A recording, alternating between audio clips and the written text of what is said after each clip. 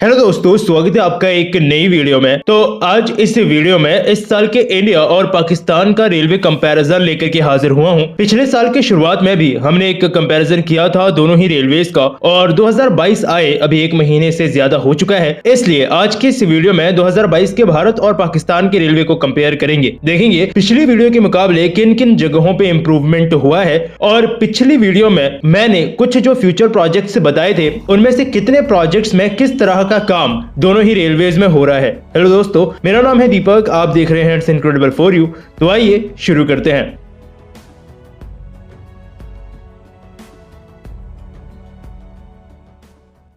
तो हिस्ट्री को तो इस वीडियो में कवर करने की जरूरत है नहीं, पिछली वीडियो में कवर ऑलरेडी हो चुकी है वो चीज, और फ्यूचर में हम कितना भी चले जाएं हिस्ट्री तो सेम ही रहेगी। 1836 ये फाउंडेशन डेट है इंडियन रेलवेज की, क्योंकि हम कंपैरिजन इंडिया पाकिस्तान में कर रहे हैं तो यही फाउंडेशन डेट पाकिस्तानी रेलवेज की भी कही जा सकती है, क्योंकि तब पाकिस्तान इंडिया का ही पार्ट था। लेकिन 1855 में एक्चुअली मौजूदा पाकिस्तान में ब्रिटिश राज द्वारा रेल ट्रांसपोर्ट शुरू किया गया था, जब उन लोगों ने यानी ब्रिटिशर्स ने वहां पर ट्रैक्स वगैरह बिछाने शुरू किए थे। तो प्रॉपरली दोनों ही कंट्रीज को रेलवे उनके अधिकार में 1947 में यानी आजादी के बाद ही मिली थी। लेकिन ये एक ऐसी चीज है जो अलग अलग दोनों कंट्रीज में शुरू नहीं हुई, बल्कि एक कंट्री के रूप में रेलवेज दोनों ही कंट्रीज में शुरू की गई थी। और आजादी के बाद रिक्वायरमेंट्स के हिसाब से इंडिया और पाकिस्तान में ये रेलवे ट्रैक्स बांट दिए गए थे, और तब आज के मुकाबले इंडिया के अंदर भी रेलवे ट्रैक काफी कम ही था। आज तो खैर इंडिया के अंदर रेलवे ट्रैक काफी ज्यादा इंप्रूव हो चुका है। मैं आपके लिए रनिंग ट्रैक्स की इंफॉर्मेशन स्क्रीन पर डाल दूंगा, और सिस्टम लेंथ को बढ़ाने के साथ साथ गेज कन्वर्जन, काफी बड़े रूट का इलेक्ट्रिफिकेशन, काफी कुछ इंडियन रेलवेज ने कंप्लीट किया है। जबकि अगर बात करें पाकिस्तान की तो टोटल 11,881 किलोमीटर का रेलवे लाइन पाकिस्तानी रेलवेज के पास है, और ये इंफॉर्मेशन मुझे मिली विकिपीडिया से, जिसमें यह भी लिखा हुआ था कि ज्यादातर हिस्सा इसमें ब्रॉड गेज का है, यानी जो 5 फीट 6 इंच वाले रेलवे ट्रैक्स होते हैं, सिर्फ थोड़े से हिस्से को छोड़कर, जो कि इंडस्ट्रियल पर्पसेस के लिए यूज किया जाता है। लेकिन इसमें एक काफी इंपॉर्टेंट चीज है, वो ये कि पाकिस्तान का थोड़ा सा भी सेक्शन इलेक्ट्रीफाइड नहीं है, जो कि काफी बड़ी बात है, क्योंकि लगभग हर कंट्री अभी इलेक्ट्रिफिकेशन की तरफ जा रही है। इंडियन रेलवेज ने भी टारगेट रखा है कि जल्द से जल्द पूरे सेक्शन को इलेक्ट्रीफाइड करना है। लेकिन पाकिस्तान में आपको इलेक्ट्रीफाइड ट्रैक्स देखने को नहीं मिलेंगे। यहाँ पर मैं बात रेलवेज की कर रहा हूँ। पाकिस्तान में मेट्रो भी है लाहौर में, जो इलेक्ट्रिसिटी पर चलती है, लेकिन उसके बारे में बाद में बात करेंगे। चलिए इसके साथ अगर आगे बढ़ेंगे अगले कंपैरिजन की तरफ, तो वो इस पे हो सकता है कि ट्रेन की एवरेज स्पीड कितनी रहती है रेलवेज में, या हम ये चेक कर सकते हैं कि क्या रेलवेज में ट्रेन से ठीक ठाक इतनी रफ्तार से चलती हैं कि नॉर्मल दुनिया की कंट्रीज से मुकाबला कर पाए। वैसे देखो, अगर मुकाबला करने की बात है तो चाइना या जापान जैसी कंट्रीज से तो रेलवेज में अभी दोनों में से कोई भी कंट्री कंपीट नहीं कर सकती है। वैसे इंडिया पाकिस्तान तो क्या, चाइना जापान जैसी कुछ कंट्रीज ऐसी हैं जो दुनिया में रेलवेज का किंगडम बनाए बैठी हैं, जिनसे दुनिया में डायरेक्टली कोई भी कंपीट नहीं कर सकता। लेकिन इंडिया और पाकिस्तान में भी ट्रेन की एवरेज स्पीड या फास्टेस्ट ट्रेन में फर्क पड़ जाता है। इंडिया में इस वक्त कुछ सेमी हाई स्पीड ट्रेन चलती हैं, लेकिन ज्यादातर रूट्स पर उन्हें रिस्ट्रिक्ट करके रखा जाता है 120 से 130 किलोमीटर प्रति घंटा तक ही, जो कि उस स्पीड से कम है जो कि एक ideal semi high speed train की होनी चाहिए ऑन ट्रैक, यानी एटलीस्ट 160 से 180 किलोमीटर प्रति घंटा। और इसका कारण क्या है? कारण है हमारे ट्रैक्स, और ये कहीं ना कहीं पाकिस्तान की भी प्रॉब्लम है कि हमारे पास जो ट्रैक्स हैं मैक्सिमम रीजन में, वो सेमी हाई स्पीड या हाई स्पीड ट्रेन को चलाने के लिए नहीं बनाए गए हैं। इंडिया में वैसे इंडियन रेलवेज काफी बड़े बड़े रूट्स में इस वक्त ट्रैक्स को अपग्रेड कर रही है, ताकि इनमें at least semi high speed train चलाई जा सके। लेकिन पाकिस्तान के अंदर इस वक्त एवरेज स्पीड भी ट्रेन की इंडिया से कम है। और सबसे इंपॉर्टेंट चीज, पाकिस्तानी रेलवे के ऐसे कोई बहुत बड़े प्लान्स भी नहीं है जिसके तहत वो लोग ऑलरेडी एग्जिस्टिंग ट्रैक्स को अपग्रेड करने की सोच रहे हो, या फिर किसी सेमी हाई स्पीड ट्रेन को वहां पर लाने की सोच रहे हो। कुछ नए प्रोजेक्ट्स जरूर हैं जिनमें वो काम कर रहे हैं, लेकिन मैक्सिमम रीजन में एग्जिस्टिंग ट्रैक्स की हालत बुरी ही है।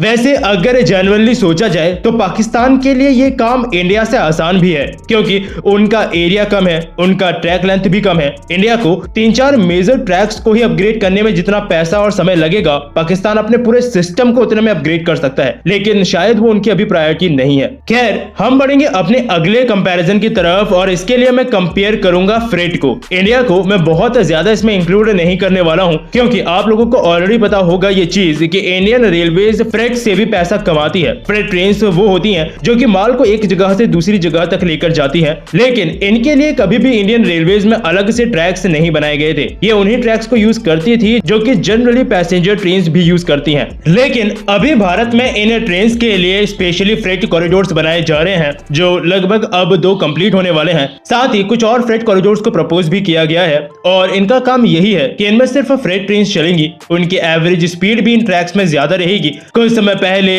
एक ट्रेन ने यहाँ पर 100 किलोमीटर प्रति घंटा तक की एवरेज स्पीड पकड़ी है, जो कि फ्रेट ट्रेन के हिसाब से काफी अच्छी है। यानी इसमें इंडियन रेलवे मेनली कर क्या रही है, ये चीज कि पैसेंजर और फ्रेट ट्रेन कभी भी एक दूसरे को परेशान ना करें और ना ही सेम ट्रैक्स यूज करने की वजह से कोई भी ट्रेन लेट हो। पाकिस्तान की अगर बात करें तो कोई डेडिकेटेड कॉरिडोर तो नहीं है वहां पर फ्रेट की ट्रेन के लिए, लेकिन हिस्ट्री से ही पाकिस्तान में ट्रेन्स ने एक काफी इंपॉर्टेंट पार्ट प्ले किया है फ्रेट को ट्रांसफर करने के लिए। खासकर जो उनके कोस्टल पोर्ट्स हैं, वहां से कंट्री के अंदर सामान लाने का जिम्मा हिस्ट्री से ही सबसे ज्यादा फ्रेट ट्रेन्स ने ही उठाया है। लेकिन हाँ, हाल ही में इनका शेयर फ्रेट ट्रांसफर में काफी कम हो गया था। 1960s में 70% के आसपास का फ्रेट ट्रांसफर ट्रेन्स किया करती थी, जो 2015 में 5% के आसपास ही रह गया था। वैसे टाइम पे कुछ इनके लीडर्स ने भी फ्रेट ट्रेन्स के लिए काम किया है। 2009 में यूसुफ रजा गिलानी ने एक फ्रेट ट्रेन लॉन्च की थी इस्लामाबाद और इस्तांबुल, जो टर्की में है, इनके बीच वाया तहरीन, और आज भी इससे अच्छा खासा ट्रांसफर होता है वैसे। लेकिन हाँ, 60s का टाइम शायद पाकिस्तान वापस एक्सपेक्ट नहीं कर सकता, क्योंकि उस समय ये चीज बिल्कुल उसके पीक पर थी, इसीलिए इसका 70% से भी ज्यादा शेयर था। और बाकी कंट्री अपने हिसाब से देखती है। इंडिया को डेडिकेटेड कॉरिडोर्स की जरूरत लग रही है, इसलिए इंडिया बना रहा है। पाकिस्तान को शायद अभी जरूरत नहीं है, इसलिए पाकिस्तान में डेडिकेटेड कॉरिडोर्स का फिलहाल कोई प्लान भी नहीं है। लेकिन भले ही कंट्री के अंदर कॉरिडोर की जरूरत हो या नहीं, वो तो कंट्री सोच सकती है, लेकिन एक चीज की जरूरत हर एक कंट्री को होती है, या कह सकते हैं कि अगर ये चीज कंट्री के पास हो तो बेहतर होता है, और वो है मैन्युफैक्चरिंग कैपेबिलिटी।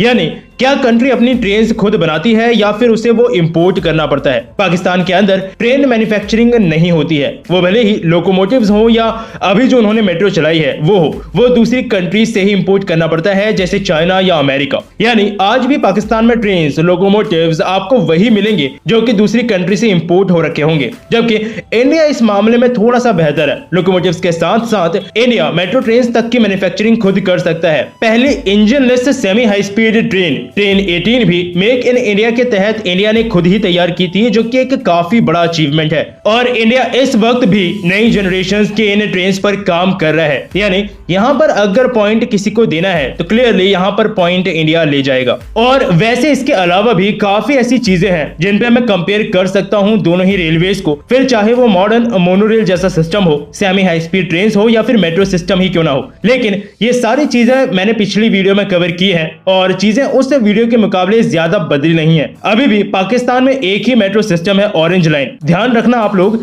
कि यहाँ पर मैं बस की बात नहीं कर रहा हूँ, क्योंकि उन्हें बस से रैपिड ट्रांजिट सिस्टम बोला जाता है। मैं यहाँ पर मेट्रो ट्रेन की बात कर रहा हूँ। साथ ही सेमी हाई स्पीड ट्रेन या आरआरटीएस की बात करें तो उसके हालात भी बिल्कुल पिछली वीडियो जैसे ही हैं, जहां आरआरटीएस में अभी भी इंडिया में काम हो रहा है। शायद दिल्ली मेरठ वाला इसी साल के एंड या अगले साल तक एक सेक्शन में शुरू हो जाएगा। ऐसे ही किसी आरआरटीएस या इस तरह के किसी प्रोजेक्ट की जानकारी फिलहाल पाकिस्तान के लिए अभी नहीं है। और इसी के साथ अगर लेकर चलूं अभी वीडियो के एंड की तरफ, तो अब क्योंकि पिछली वीडियो मैंने 1 साल पहले ही बनाई थी, वैसे लॉजिकली उसे 1 साल भी अभी पूरा नहीं हुआ है, सिर्फ 10 महीने ही हुए हैं, इसलिए अपडेट्स बहुत ज्यादा तो नहीं है। लेकिन पाकिस्तानी रेलवेज ने अपने रेलवे ट्रैक की लेंथ को इस बीच इंप्रूव किया है थोड़ा सा। कुछ थोड़ी बहुत मैंने आपको प्रपोज्ड लाइंस भी दिखाई थी पिछली बारी वीडियो में, तो वो लाइंस अभी भी प्रपोज हैं। कोई बहुत ज्यादा इंप्रूवमेंट वाला काम अभी उनमें नहीं हुआ है। ट्रैक से डबलिंग का काम भी कुछ जगहों पर किया जा रहा है पाकिस्तान में, और इसके साथ साथ सीपैक में भी कई इंपॉर्टेंट रेल लाइंस बताई गई थी। काफी बड़ी इंपॉर्टेंट रूट्स को कनेक्ट करने वाली थी ये लाइंस, जिनमें इस वक्त काम हो रहा है। साथ ही कुछ लाइंस में ऑटोमेटिक कंप्यूटर बेस्ड सिग्नलिंग और कंट्रोल सिस्टम भी लगाया जा रहा है एक्सीडेंट्स वगैरह को कम करने के लिए। और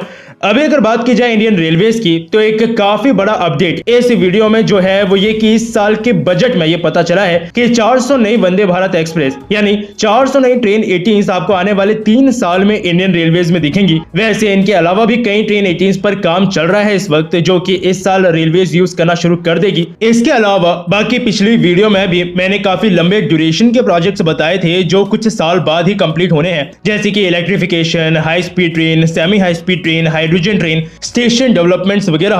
तो इनमें भी इस वक्त काम पैरेलली किया ही जा रहा है। तो इस वीडियो में मैंने कोशिश की है कि आपको ज्यादातर उन टॉपिक्स में कंपैरिजन करके बताऊं जो पिछली वीडियो में मैंने कवर नहीं किए थे, ताकि आपको भी ऐसा ना लगे कि सेम वीडियो ही आपको सिर्फ अपडेट्स के साथ तो दूसरी बार देखनी पड़ रही है। बाकी आपको वीडियो कैसी लगी मुझे नीचे कमेंट सेक्शन में जरूर बताइएगा। तो बस अभी के लिए इस वीडियो में इतना ही, फिर मिलूंगा आपसे एक और नई इंटरेस्टिंग टॉपिक की एक नई वीडियो के साथ। तब तक के लिए अलविदा।